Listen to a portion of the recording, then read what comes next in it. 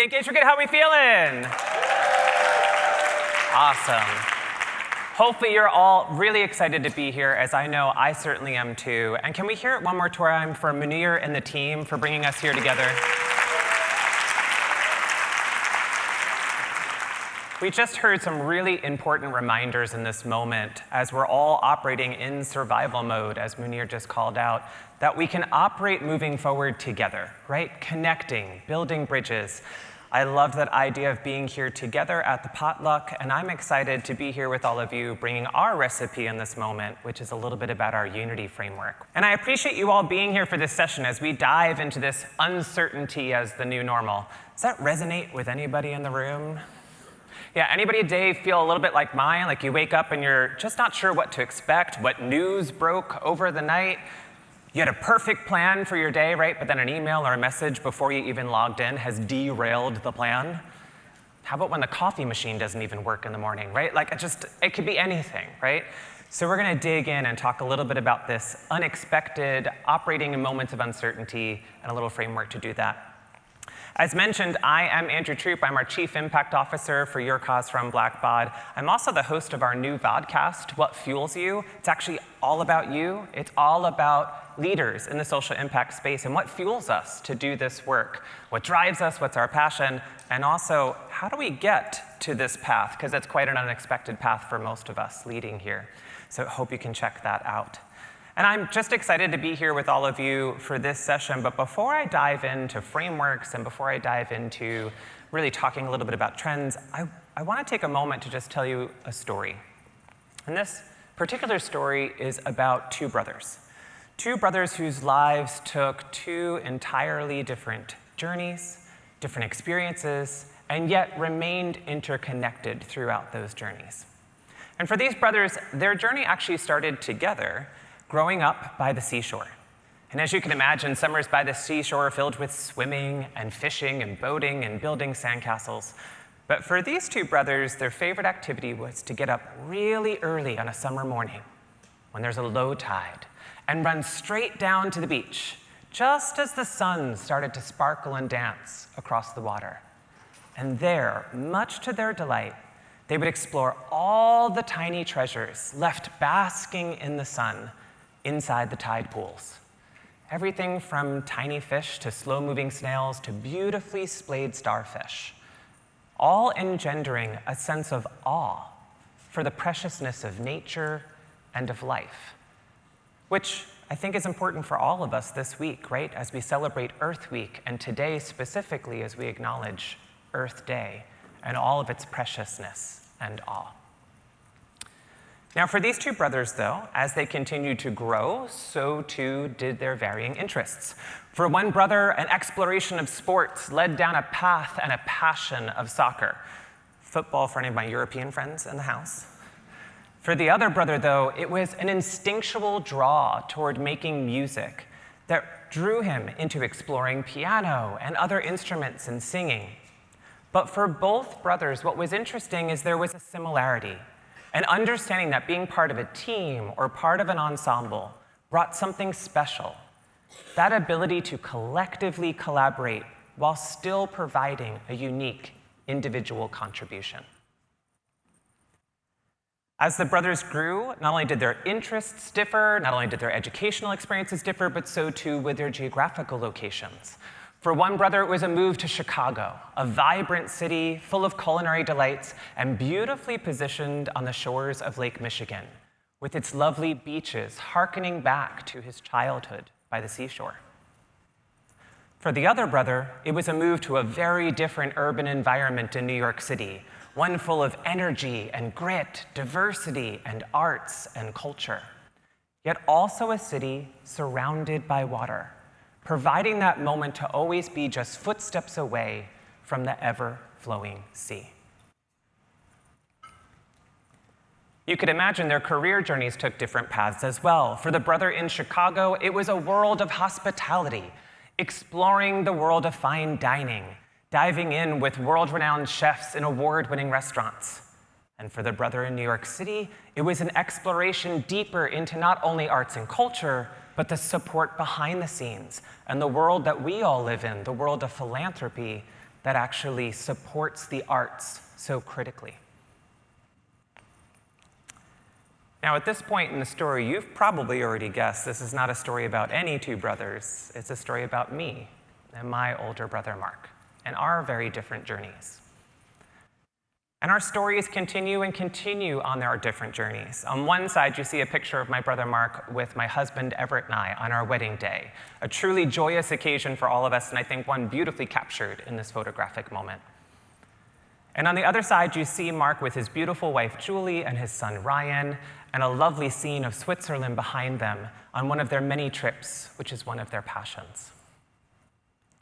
But what the pictures don't tell you, the story that you don't see, is that unfortunately just a few days after that picture was taken, my brother passed away.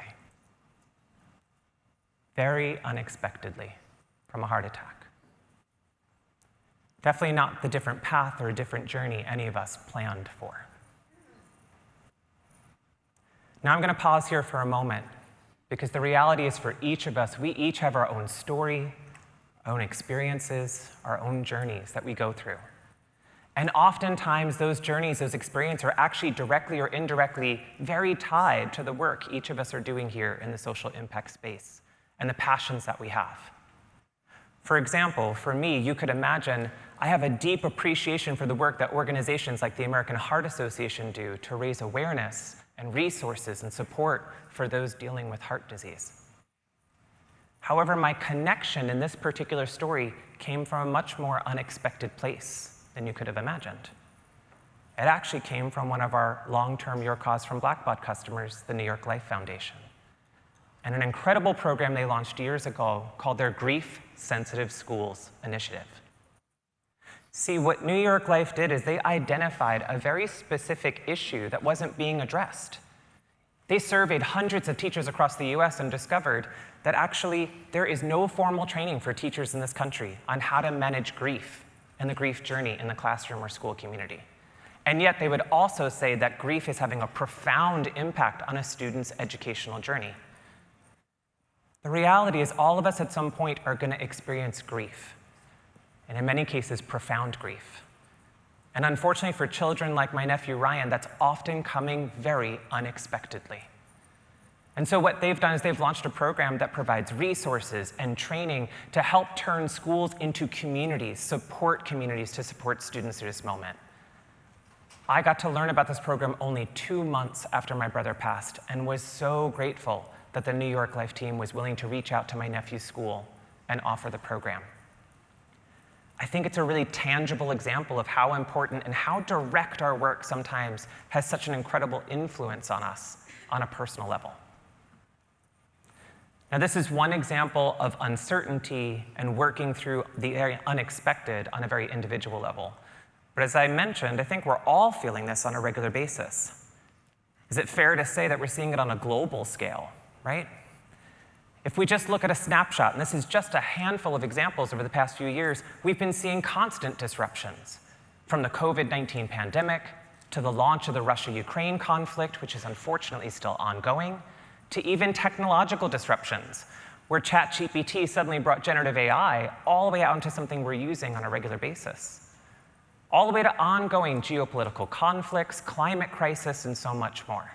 But here's the important part, and you see it listed at the bottom there. It's what KPMG calls the Great Convergence.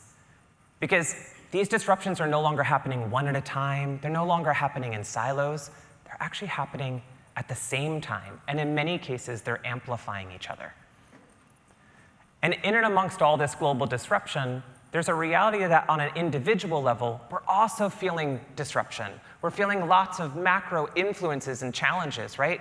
Today, if you look at the employee workforce, we are at record levels of disengagement, of stress, of burnout. People are concerned about cost of living, about inflation. They've got concerns. And we've even got new terms. How many folks heard job hugging come out last year? Yeah, Monster even launched a job hugging report. And what they discovered is that actually 3/4, 75% of employees said they were planning to stay in their current role or position for the next 2 years. Because why? Because they're looking for some stability in this moment of uncertainty, right? Now, Here's the good news. We have an opportunity through our programs, through our social impact programs, to actually influence and positively turn the tide on some of those challenges, that disengagement, that stress, our wellness, right? And last year, we launched our peace framework as a guide, a compass, to really help us think about how to lead in this moment with perseverance, through evolution, through adaptation, through captivation, and through empathy. But as we launched into this year, into 2026, and we've continued to operate in this survival mode moment, we saw an opportunity to bring a more practical framework, so our recipe to this potluck, which is the Unity framework. A framework that's going to help us as social impact leaders really lead in this moment through unification, through navigation, through intelligence, trust, and centering your impact. So with that in mind, I'll run through the framework quickly, and just know there's lots of available resources online if you want to dive deeper into the framework. But it starts with unification. It starts with work that I know all of us are doing today. We're trying to unify our people, our partners, our platforms. We're trying to do alignment with our internal and our external partners. But here's one example. Instead of just aligning, instead of just meeting, instead of just saying we're collaborating, can we actually unify to a shared set of goals? Can we unify to a shared set of outcomes? Can we come together to create one plan that we're executing collectively? Can we build those bridges that Munir talked about? Next, navigation. We, as we've been discussing this morning, don't know what's around that next turn. We don't know what's coming up next. But what we can do is build resilient paths. What would we do if we woke up and the plan was out the window tomorrow? And so one example, today I know all of us in this room are doing some level of scenario planning for our programs. But dive deeper into those scenario plans. What's the base plan today? You probably have done that work. You know what your goals are for 2026. You know who your partnerships are. You know what you're trying to do. But what if the game changed tomorrow? Do you have a headwinds plan? What would happen if suddenly your budget was cut tomorrow? What would happen if something unexpected happened and your programs were interrupted, your execution was not possible? Have you built a headwinds plan to react? How about the opposite? Have you built a tailwinds plan? What if your budget suddenly doubled? What if a new partnership emerged? Are you ready to react? We have to start to give ourselves some plans. We might not know what's around the corner, but if we can understand what our trigger points are and where we can adapt our plans, that's going to be critically important for our navigation forward. Next is intelligence. Is intelligence not the most overused word this year in 2026? We're hearing it everywhere, right? We're talking about intelligence, intelligence, intelligence. It's top of mind every day. And the good news is, yes, we do have things like artificial intelligence, which are important tools that can absolutely amplify the work that we're doing in the social impact space. But we have to remember that that has to also be coupled with human intelligence. Where is that artificial intelligence also really grounded in a human-centered strategy? And where are we making sure that we're not just using artificial intelligence to remove some of the administrative burden of our work, to drive efficiency, but to also maybe raise up insights, to see things that we would not have seen ourselves? Because it's really a useful tool for looking at large quantities of data and showing us the things that we don't know are there. Fusing that intelligence, those insights with our human judgment is the path forward as we think about intelligence. Trust. I would argue that trust is probably one of the most important elements. It's the foundation of the work that we're doing in the social impact space, right? At the foundation of all of our programs is that need to make sure that we're recentering on inclusion, on empathy, on transparency. And so here's what we can do. For example, we can step back and do a design audit of our programs. We say our programs are inclusive, but is that true? When's the last time we've done a true audit of our program? For those in the room that might be running employee engagement programs, for example, when's the last time you stepped back and really looked and said, are there any unintentional barriers here? Physical barriers, psychological barriers, social barriers, attitudinal barriers that might be preventing folks from engaging? And if we thought about how we might overcome those, because that's going to be critically important to building that trust with our employees, building that trust with our communities, building trust with our partners. And finally, it is all about the impact, and it's about articulating our impact. But oftentimes we get a little bit wrapped up in our impact measurement conversations, right? What are we actually measuring? Should it be qualitative? Should it be quantitative? Should it be a mix of the both? What's the measurement framework we're going to use? We need to back up and pause for a moment and say, are we actually measuring what matters most?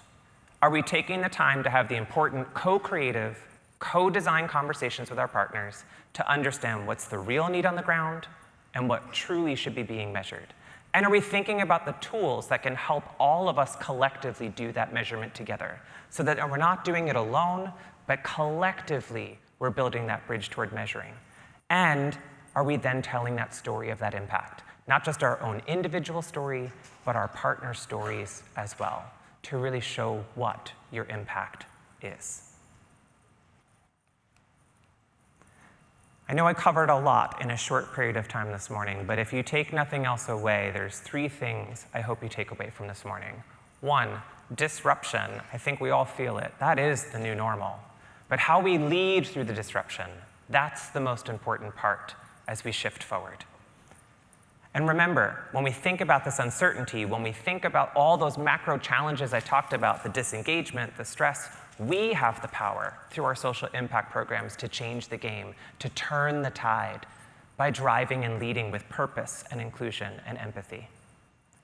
And most importantly, I hope that things like the Unity framework can serve as a helpful compass, a guide, and a tool for you as you look at navigating forward through unification, through navigation, intelligence, trust, and driving your impact.